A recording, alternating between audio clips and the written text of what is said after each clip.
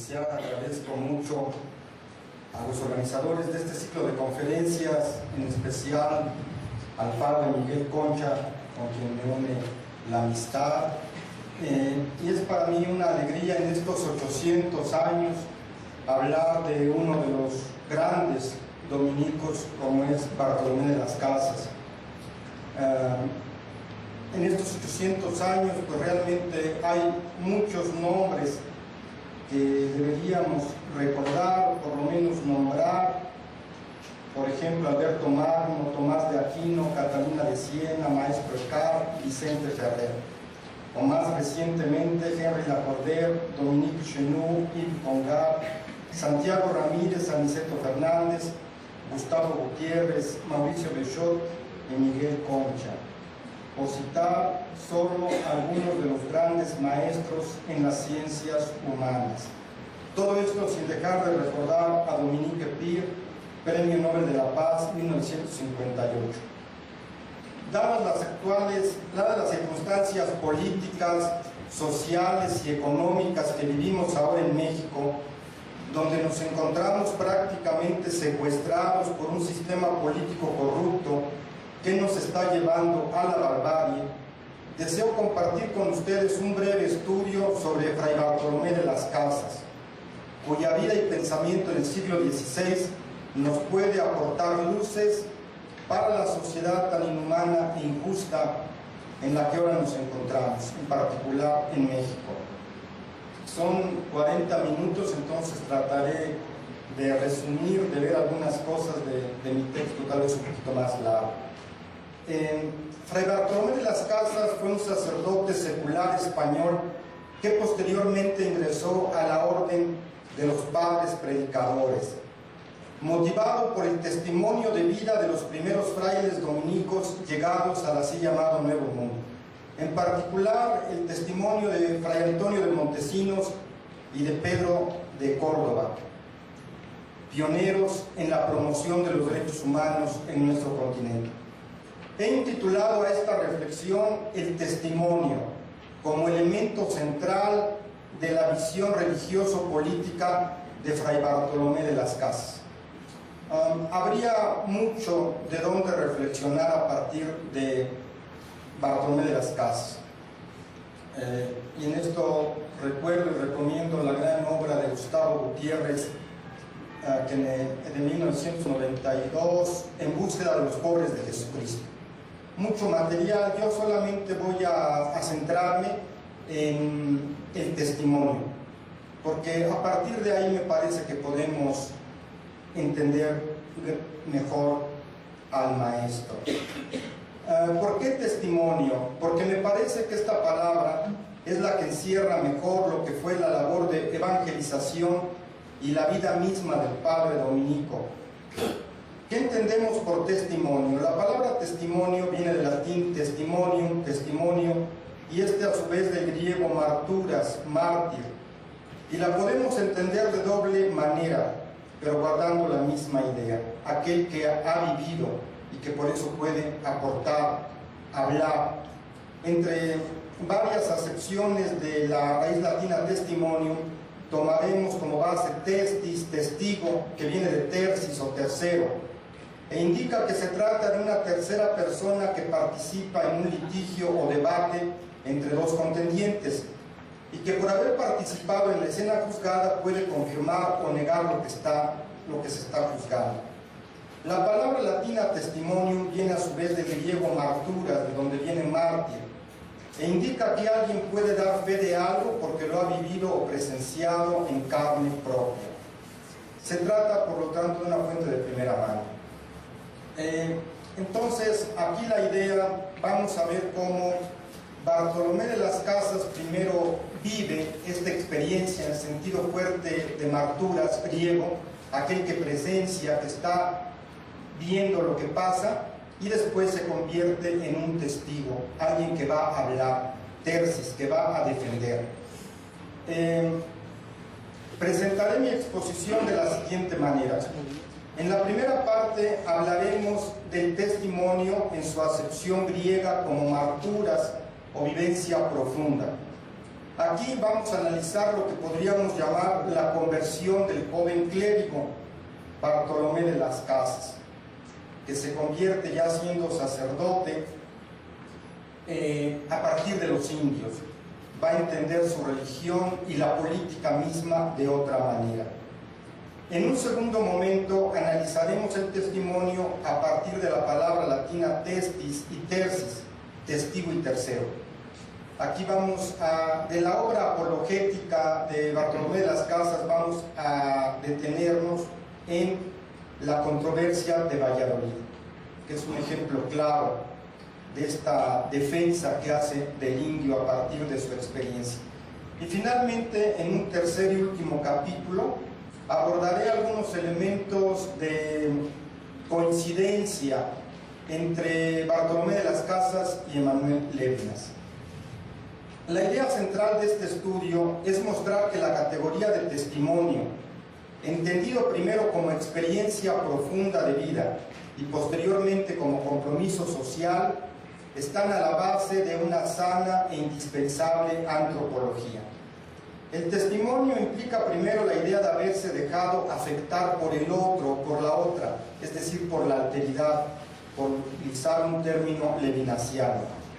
Y una vez que se ha experimentado el llamado, o llamémosle la sacudida religiosa, de haberse encontrado con el otro que sufre, el hombre está en medida de poder hablar, es decir, de convertirse en testigo. Primero está la experiencia, después está la palabra, la apología. Y si bien todos los seres humanos estamos llamados a relacionarnos con nuestros semejantes, hay dos actividades en las que el testimonio de vida es esencial para el ejercicio de las mismas, que son la religión y la política.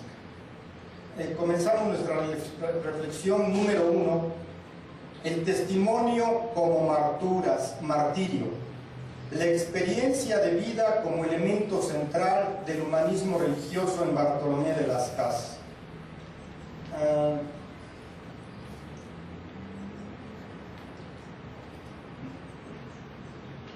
Bueno, pues brevemente, Bartolomé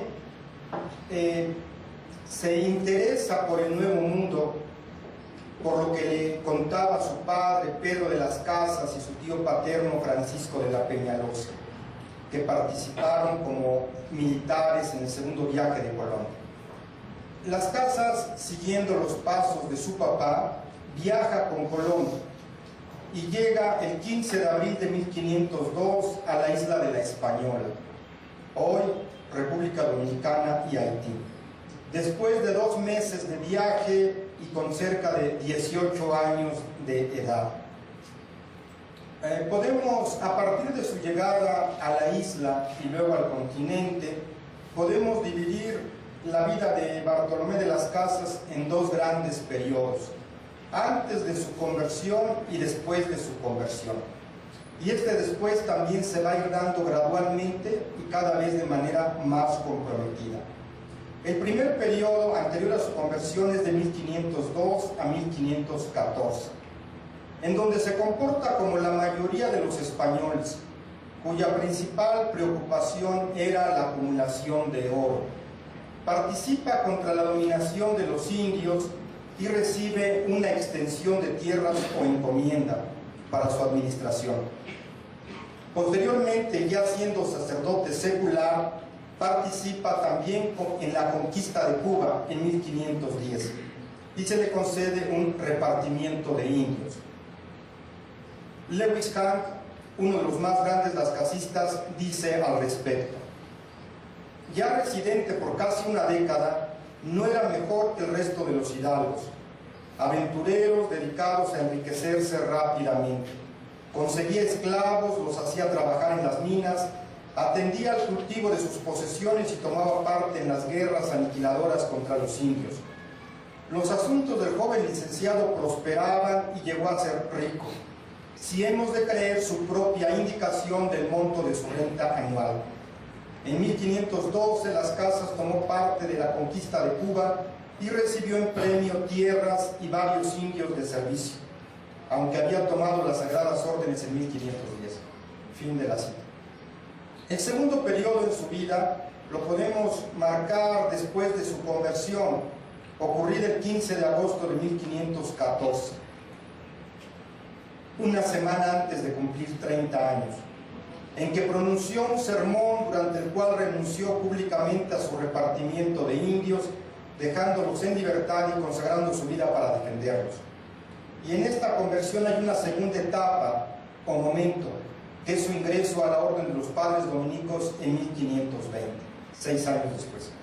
¿Cuáles fueron las causas que llevaron al fraile, a este sacerdote secular, a convertirse política, religiosamente, a la causa de los indios? Yo pienso que son 3: la injusticia, la Biblia y los dominicos. La injusticia. En primer lugar, cuando se convierte ya tenía 12 años de estar en estas tierras. Las Casas fue testigo, ya que participó como clérigo conquistador, de las atrocidades que se estaban llevando a cabo en el nuevo continente.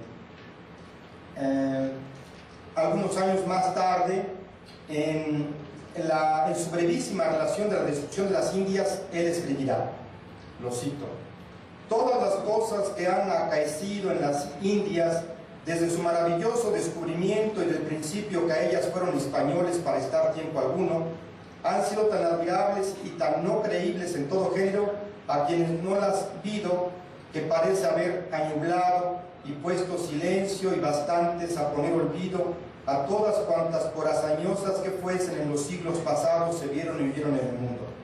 Entre estas son las matanzas y estragos de gentes inocentes. Fin de la cita. Y poco más adelante hace referencia que el rey tiene que saber lo que está pasando en el nuevo reino. Cito: porque la innata y natural virtud del rey así se supone. Conviene a saber que la noticia sola del mal de su reino es bastantísima. Considerando pues yo, como hombre que por 50 años y más de experiencia, siendo en aquellas tierras presentes, los he visto cometer el ansia temeraria e irracional de los que tienen por nada indebidamente derramar tan inmensa copia de humana sangre y despoblar de sus naturales moradores y poseedores, matando a una infinidad de gentes en aquellas tierras. Las Casas, después de esta experiencia de muerte, de violencia, no quiere seguir siendo cómplice. Y es así que el 15 de agosto de 1514, y siendo sacerdote, renuncia públicamente a las tierras y a los indios que se le habían confiado para su explotación. Entonces, el primer elemento es la injusticia que él ve. El segundo es la lectura de la Biblia, pero leída desde los pobres. En particular, hay un texto bíblico que leyó en abril de 1514 y que motivó su conversión definitiva algunos meses más tarde. Eclesiástico 34, 21, 22. Cito: el pan de los necesitados es la vida de los pobres. Privarlos de su pan es cometer un crimen. Quitar al prójimo su sustento es matarlo. Privarlo del salario que le corresponde es derramar su sangre. Una vez que Las Casas ha identificado el sufrimiento del indio con el sufrimiento de Cristo, él leerá la Biblia a partir de la vida, pasión y muerte del indio, escribiendo, como lo indica Gustavo Gutiérrez, una de las páginas más bellas y evangélicas, identificando a los opresos indios con Cristo mismo. En su Historia de las Indias, narra Las Casas el diálogo que tuvo con un español amigo suyo, en el que le cuenta que él había ofrecido dinero al rey a cambio de concesiones de tierras en lo que es hoy Venezuela, para buscar una evangelización pacífica de los indios. Cito a Bartolomé: súpolo el clérigo y dijo: Señor, si viésedes maltratar a nuestro Señor Jesucristo poniendo las manos en él y afligiéndolo y desnotándolo con muchos vituperios, ¿no rogaríades con mucha instancia y con todas vuestras fuerzas que os lo diesen para adorar y servir y regalar con él todo lo que como verdadero cristiano deberíades de hacer? Respondió: sí, por cierto, y si no os lo quisiesen dar graciosamente, sino vendéroslo, ¿no lo compraríais? Sin alguna duda, dijo él, sí lo compraría. Añadió luego el clérigo, que es el mismo Bartolomé, pues de esa manera, Señor, he hecho yo, porque yo dejo en las Indias a Jesucristo, nuestro Dios, azotándolo y afligiéndolo y abofeteándolo y crucificándolo, no una sino millares de veces, cuando es de parte de los españoles que asuelan y destruyen a aquellas gentes y les quitan el espacio de su conversión y penitencia, quitándoles la vida antes de tiempo. Y el tercer elemento que influye en su conversión es el testimonio de los frailes dominicos. En particular, llegan 4 en septiembre de 1510, pero hay 2 realmente que es bueno recordar y que son Pedro de Córdoba, el superior de la comunidad, y Antonio de Montesinos. Este grupo de dominicos muy pronto se dio cuenta de lo que estaba pasando y menos un año después de haber llegado, reflexionaron y prepararon un sermón, el famoso sermón de Montesinos, el 4º domingo de Adviento de 1511. Fue algo espectacular este sermón, que por varios está considerado como el primer grito en defensa del indio en estas tierras. Muy pronto, Pedro de Córdoba y sus compañeros se dieron cuenta de las atrocidades que se estaban cometiendo.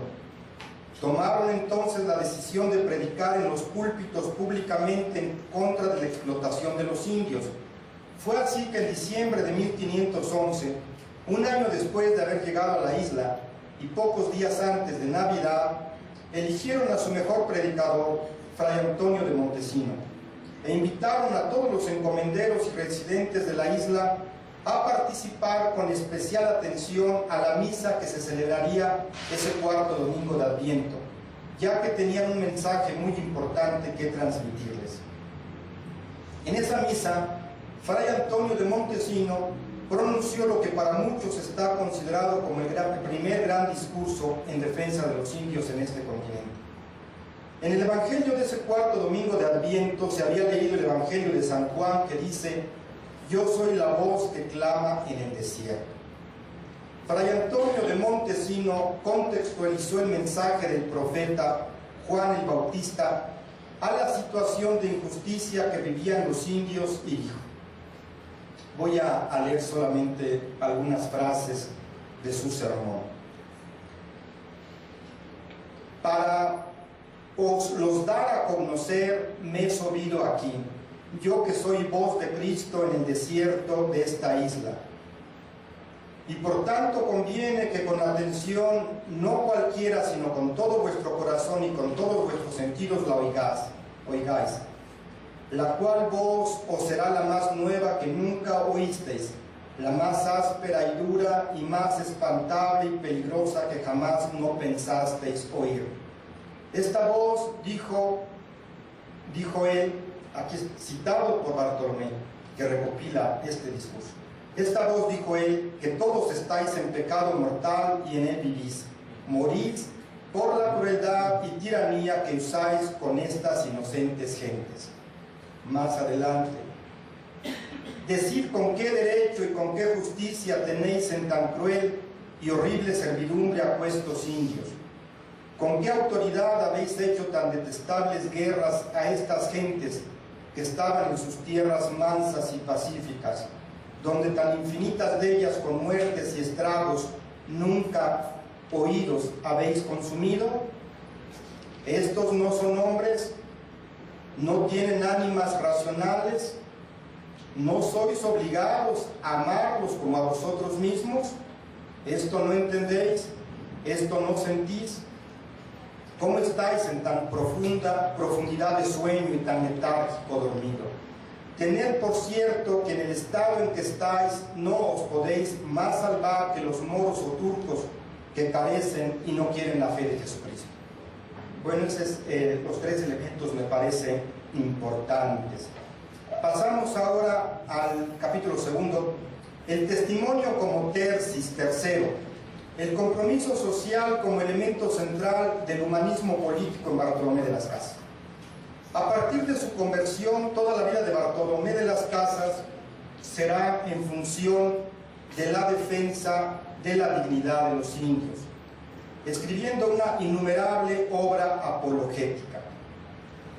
Aquí hago la nota.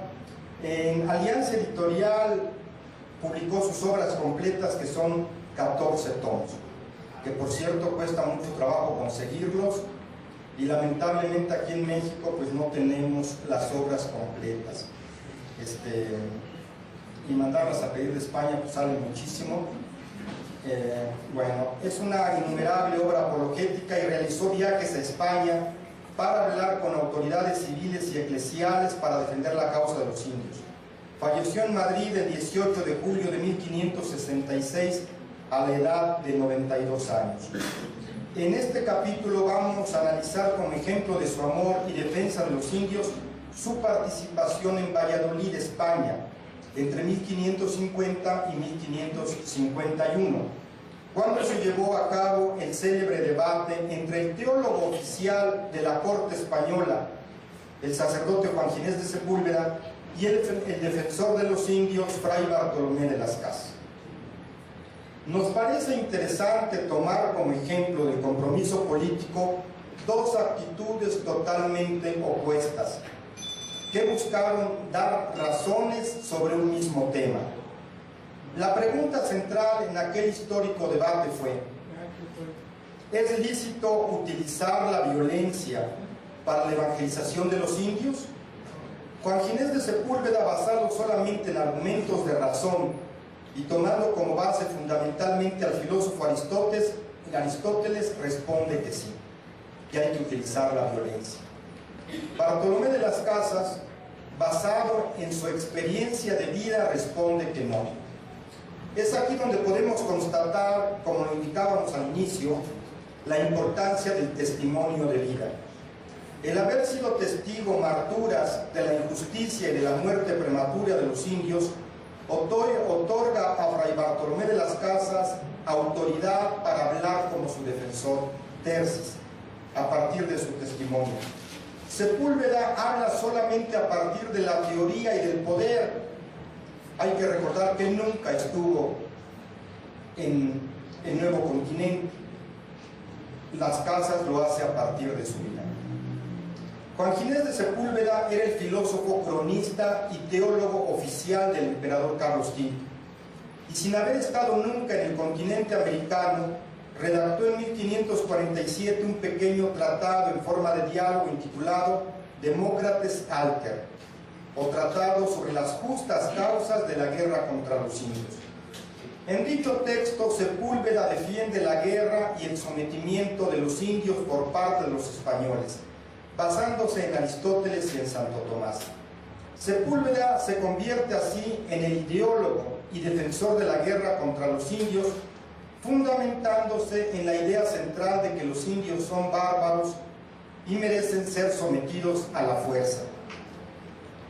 Podemos resumir su postura en 4 argumentos principales. 1. La inferioridad natural de los indios. 2. El deber de eliminar sus cultos satánicos y principalmente su práctica de los sacrificios humanos. 3. El deber de salvar a futuras víctimas de esos sacrificios. Y 4. El deber de propagar el Evangelio. Lo que está a la base de su argumentación es la inferioridad racional, cultural y religiosa de los indígenas. Sepúlveda, basándose en lo que él considera la ley natural, sostiene, cito: la ley divina y natural manda que lo más perfecto y poderoso domine sobre lo imperfecto y desigual. Por eso las fieras se amansan y se sujetan al imperio del hombre. Por eso el varón impera sobre la mujer, el hombre adulto sobre el niño, el padre sobre sus hijos, es decir, los más poderosos y más perfectos sobre los más débiles e imperfectos. Fin de la cita. Para Sepúlveda, los indios nunca cambiarán sus creencias voluntariamente. y por lo tanto hay que dominarlos. En el fondo, Sepúlveda no puede aceptar que haya personas distintas a él, a su lengua, a su cultura, a su religión. Es la imposición de la mismidad sobre la diferencia. Las Casas sabe de la enorme influencia que tiene Sepúlveda en la corona y con los españoles. Antes de encontrarlo, había escrito sobre él. ¿Qué ocurriría si esos malvados, a quienes según el viejo proverbio solo les falta la ocasión, leyesen que un docto varón, doctor en teología y cronista real, había publicado libros en los que aproba aquellas guerras criminales y expediciones tartarias? Por lo tanto, toma la decisión de ir a Valladolid para encontrarlo y discutir sobre lo que está pasando en el Nuevo Mundo. Bartolomé basa su defensa, esto ocurre entre 1550 y 1551, claro está que en periodos interrumpidos.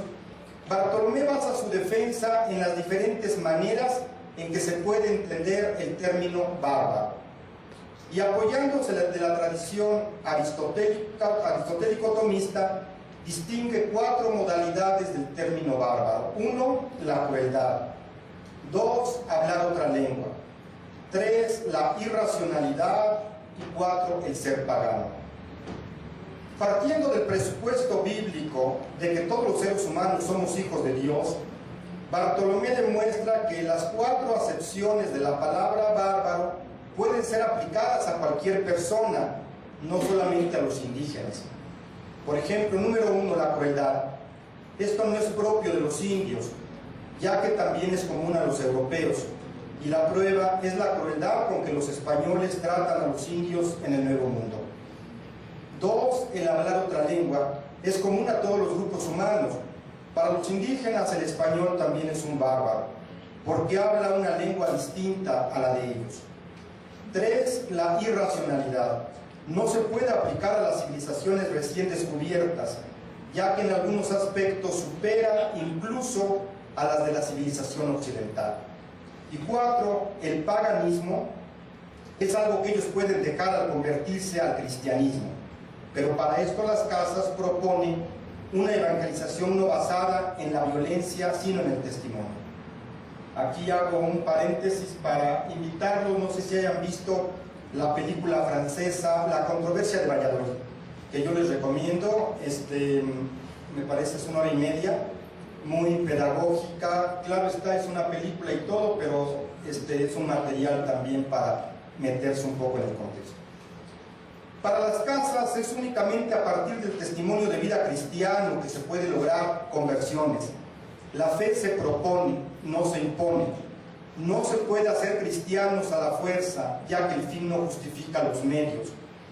Algo importante que debemos subrayar es que en la perspectiva de Las Casas, la predicación del Evangelio va unida a la justicia social, anticipándose así con mucho a las ideas centrales de la teología de la liberación, surgida a mediados del siglo XX en América Latina.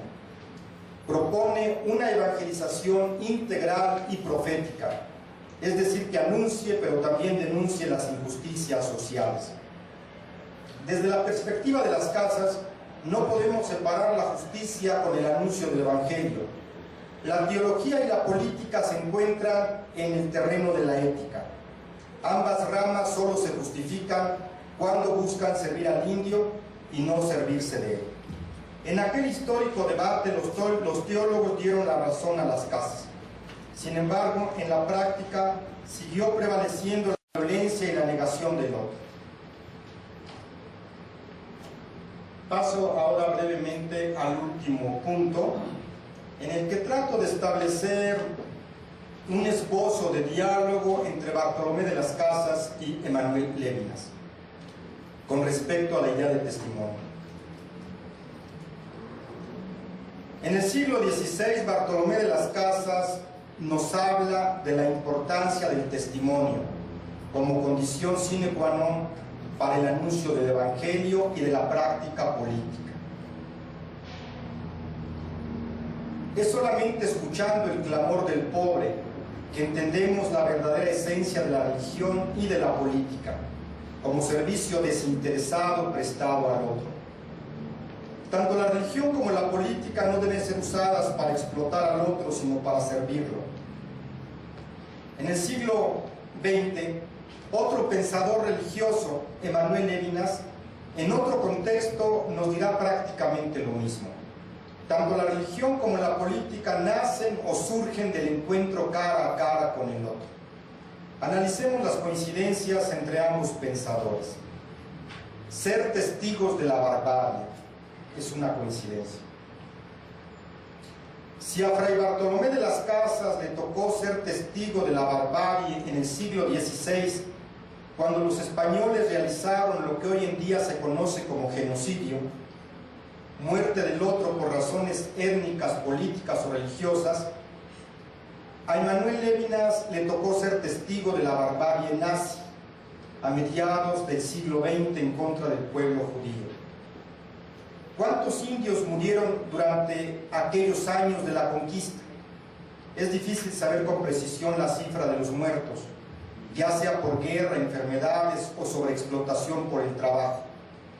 Tzvetan Todorov, en su libro La cuestión de América, la cuestión del otro, dice: sin entrar en detalles y para dar solo una idea, diremos que en el año 1500 la población global debía ser de unos 400 millones, de los cuales 80 estaban en las Américas. A mediados del siglo XVI, de esos 80 millones quedan 10. O si nos limitamos a México, en vísperas de la conquista su población es de unos 25 millones. En el año 1600 es de 1 millón. Si alguna vez se ha aplicado con precisión a un caso la palabra genocidio, es a este, Tzvetan Todorov. Por su parte, Emmanuel Levinas, filósofo judío nacido en Kaunas, Lituania, en 1906 y posteriormente nacionalizado francés, vivirá en carne propia la experiencia inhumana de la persecución judía. Más de 6 millones de judíos muertos durante la Segunda Guerra Mundial, asesinados por el desprecio a su raza. Cito la dedicatoria de uno de los libros más conocidos del filósofo judío Emmanuel Levinas, de otro modo que Cero más y a la decencia. La dedicatoria dice así: a la memoria de los seres más próximos entre los 6 millones de asesinados por los nacionalsocialistas, al lado de los millones y millones de humanos de todas las confesiones y todas las naciones, víctimas del mismo odio del otro hombre, del mismo antisemitismo. Fin de la cita. En los dos casos podemos notar a pensadores comprometidos con su religión. Podemos remarcar, son personas comprometidas, Las Casas sacerdote y Levinas estudioso del judaísmo, que una vez que han vivido en carne propia la exclusión del otro por razones de raza, cultura y religión, buscarán pensar tanto la política como la religión misma a partir de una nueva base que para ellos es fundamental y que es el encuentro personal físico con el otro, es decir, a partir del testimonio. Para los dos es importante el encuentro, el cara a cara. Decía Levinas, hay lágrimas que los funcionarios no pueden ver y son las lágrimas del otro. Las Casas, en carta al Consejo del Rey de 1531, dice que él habla de hechos, no leídos en historias fingidas ni contadas por lenguas parleras, sino vistos por nuestros propios ojos, presentes a ellos nuestras personas. Y también confiesa ser testigo de vista de lo sucedido en las Indias en esas décadas. Fin de la cita. Por su parte, para Emmanuel Levinas no podemos prescindir del encuentro ético cara a cara con el otro. Al otro, al ser humano que está frente a mí, Levinas da el nombre de rostro. Dice Levinas, Totalidad Infinito, el rostro se niega a la posesión a mis poderes, el rostro me habla, y por ello me invita a una relación sin paralelo. Tanto el fraile dominico como el filósofo judío experimentan la idea de alteridad y más aún del encuentro con Dios gracias al encuentro con el indio en el caso del primero y del rostro en el caso del segundo. Ya para ir terminando, defensores del pensamiento. Aquí, defensores del pensamiento, Juan Ginés de Sepúlveda y Martín Heidegger. Contra defensores de la vida, Bartolomé de las Casas y Emanuel Levinas. Entre 1550 y 1551 se llevó a cabo un debate en Valladolid, España, entre el defensor de los intereses de la corona española, Juan Ginés de Sepúlveda, y el defensor de los indios, Bartolomé de las Casas. Algunos siglos después, y en situaciones muy distintas, Emanuel Levinas también opone su propuesta ética al pensamiento ontológico y para Levinas egoísta de Martin Heidegger. La relación Levinas-Heidegger es muy compleja, como para pretender abarcarla en pocas palabras. Para la intención de este trabajo solo mencionaremos que si bien hay grandes diferencias entre Juan Ginés de Sepúlveda y Heidegger, notamos que puede haber un elemento de encuentro en la defensa que ambos hacen del yo. Para Sepúlveda se trata de los intereses de la corona española, el yo español. Para Heidegger, los intereses del Dasein, el yo existencial. En los dos casos se trata de privilegiar la mismidad sobre la diferencia, del yo sobre el otro.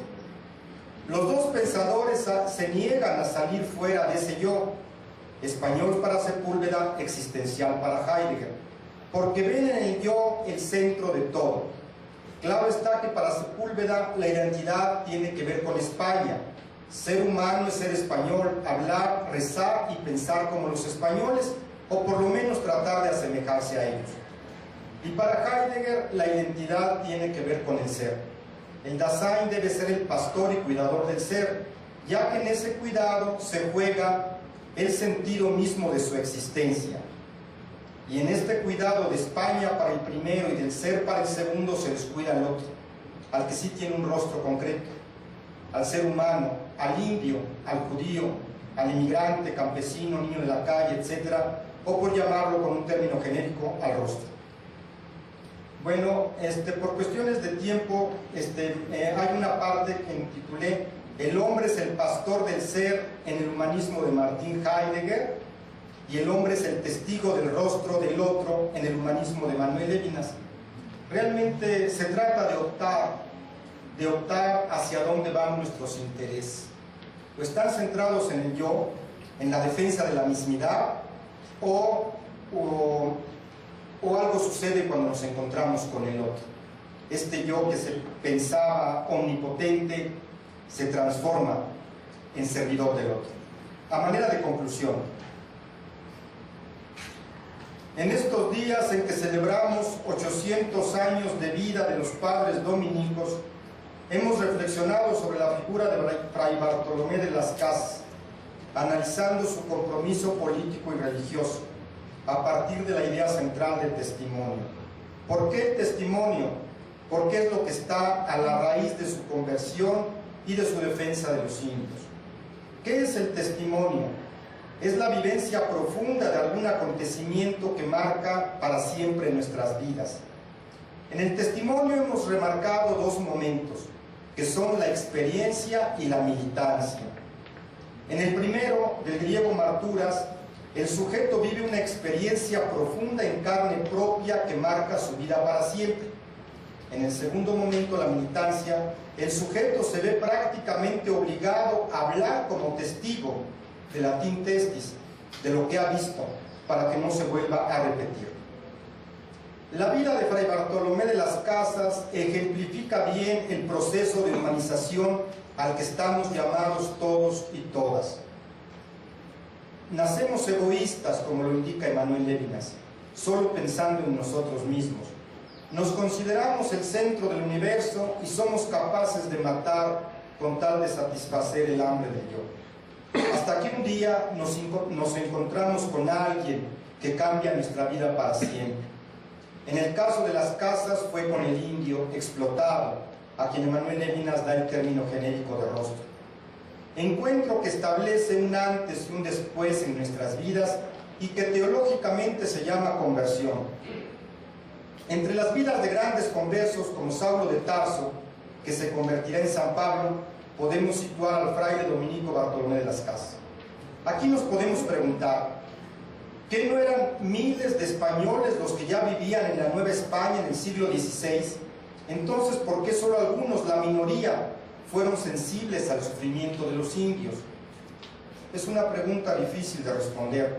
porque no se contesta a partir de la teoría, de los cálculos y del pensamiento, sino a partir del corazón y de la bondad. El pensamiento, cuando no se ha dejado afectar por el sufrimiento del otro, a lo más que nos puede llevar es a justificar la superioridad de una raza o cultura sobre los otros, Juan Ginés de Sepúlveda, o a considerarnos pastores del ser, Martin Heidegger. En cambio, cuando el pensamiento se deja despertar por el llamado del otro, sucede una transformación del yo egoísta que solo pensaba en él mismo. Se descubre un ser nuevo.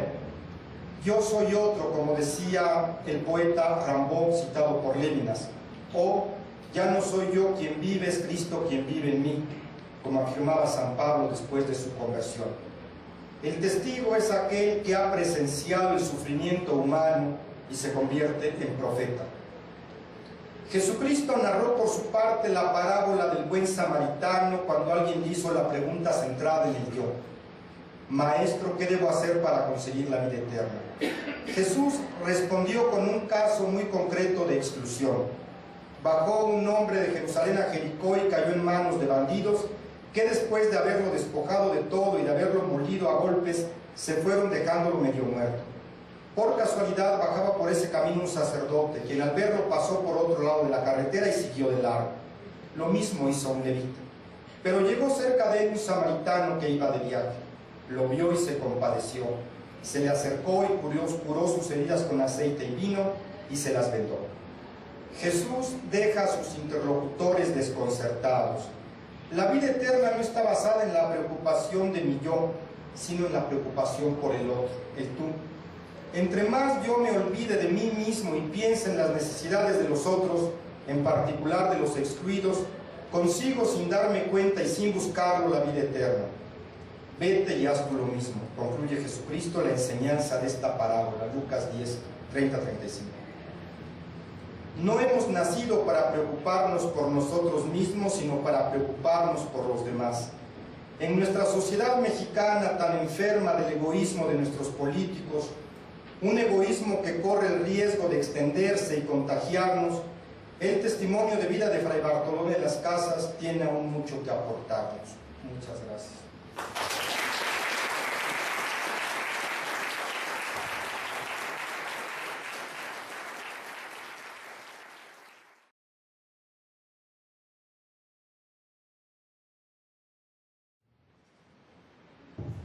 Antes de iniciar, agradezco mucho a los organizadores de este ciclo de conferencias, en especial al padre Miguel Concha, con quien me une la amistad. Y es para mí una alegría en estos 800 años hablar de uno de los grandes dominicos como es Bartolomé de las Casas. En estos 800 años pues realmente hay muchos nombres que deberíamos recordar, por lo menos nombrar. Por ejemplo, Alberto Magno, Tomás de Aquino, Catalina de Siena, Maestro Eckhart, Vicente Ferrer. O más recientemente, Henry Lacordaire, Dominique Chenoux, Yves Congar, Santiago Ramírez, Aniceto Fernández, Gustavo Gutiérrez, Mauricio Bechot y Miguel Concha, por citar solo algunos de los grandes maestros en las ciencias humanas. Todo esto sin dejar de recordar a Dominique Pire, Premio Nobel de la Paz 1958. Dadas las circunstancias políticas, sociales y económicas que vivimos ahora en México, donde nos encontramos prácticamente secuestrados indio a partir de su experiencia. Y finalmente, en un tercer y último capítulo, abordaré algunos elementos de coincidencia entre Bartolomé de las Casas y Emmanuel Levinas. La idea central de este estudio es mostrar que la categoría de testimonio, entendido primero como experiencia profunda de vida y posteriormente como compromiso social, están a la base de una sana e indispensable antropología. El testimonio implica primero la idea de haberse dejado afectar por el otro o por la otra, es decir, por la alteridad, por utilizar un término levinasiano. Y una vez que se ha experimentado el llamado, o llamémosle la sacudida religiosa, de haberse encontrado con el otro que sufre, el hombre está en medida de poder hablar, es decir, de convertirse en testigo. Primero está la experiencia, después está la palabra, la apología. Y si bien todos los seres humanos estamos llamados a relacionarnos con nuestros semejantes, hay dos actividades en las que el testimonio de vida es esencial para el ejercicio de las mismas, que son la religión y la política. Comenzamos nuestra reflexión número 1, el testimonio como martirio, por un sistema político corrupto que nos está llevando a la barbarie. Deseo compartir con ustedes un breve estudio sobre Fray Bartolomé de las Casas, cuya vida y pensamiento en el siglo XVI nos puede aportar luces para la sociedad tan inhumana e injusta en la que ahora nos encontramos, en particular en México. Son 40 minutos, entonces trataré de resumir, de ver algunas cosas de mi texto, tal vez un poquito más largo. Fray Bartolomé de las Casas fue un sacerdote secular español que posteriormente ingresó a la orden de los padres predicadores, motivado por el testimonio de vida de los primeros frailes dominicos llegados al así llamado Nuevo Mundo, en particular el testimonio de Fray Antonio de Montesinos y de Pedro de Córdoba, pioneros en la promoción de los derechos humanos en nuestro continente. He intitulado a esta reflexión el testimonio como elemento central de la visión religioso-política de Fray Bartolomé de las Casas. Habría mucho de dónde reflexionar a partir de Bartolomé de las Casas. Y en esto recuerdo y recomiendo la gran obra de Gustavo Gutiérrez, de 1992, En búsqueda de los pobres de Jesucristo. Mucho material, yo solamente voy a centrarme en el testimonio, porque a partir de ahí me parece que podemos entender mejor al maestro. ¿Por qué testimonio? Porque me parece que esta palabra es la que encierra mejor lo que fue la labor de evangelización y la vida misma del padre dominico. ¿Qué entendemos por testimonio? La palabra testimonio viene del latín testimonium, testimonio, y a su vez del griego marturas, mártir, y la podemos entender de doble manera, pero guardando la misma idea: aquel que ha vivido y que por eso puede aportar, hablar. Entre varias acepciones de la raíz latina testimonio, tomaremos como base testis, testigo, que viene de tercis o tercero, e indica que se trata de una tercera persona que participa en un litigio o debate entre dos contendientes, y que por haber participado en la escena juzgada puede confirmar o negar lo que se está juzgando. La palabra latina testimonium viene a su vez del griego marturas, de donde viene mártir, e indica que alguien puede dar fe de algo porque lo ha vivido o presenciado en carne propia. Se trata, por lo tanto, de una fuente de primera mano. Entonces, aquí la idea, vamos a ver cómo Bartolomé de las Casas primero vive esta experiencia en el sentido fuerte de marturas griego, aquel que presencia, que está viendo lo que pasa, y después se convierte en un testigo, alguien que va a hablar, tercis, que va a defender. Presentaré mi exposición de la siguiente manera. En la primera parte hablaremos del testimonio en su acepción griega como marturas o vivencia profunda. Aquí vamos a analizar lo que podríamos llamar la conversión del joven clérigo Bartolomé de las Casas, que se convierte ya siendo sacerdote a partir de los indios. Va a entender su religión y la política misma de otra manera. En un segundo momento analizaremos el testimonio a partir de la palabra latina testis y tercis, testigo y tercero. Aquí de la obra apologética de Bartolomé de las Casas vamos a detenernos en la controversia de Valladolid, que es un ejemplo claro de esta defensa que hace de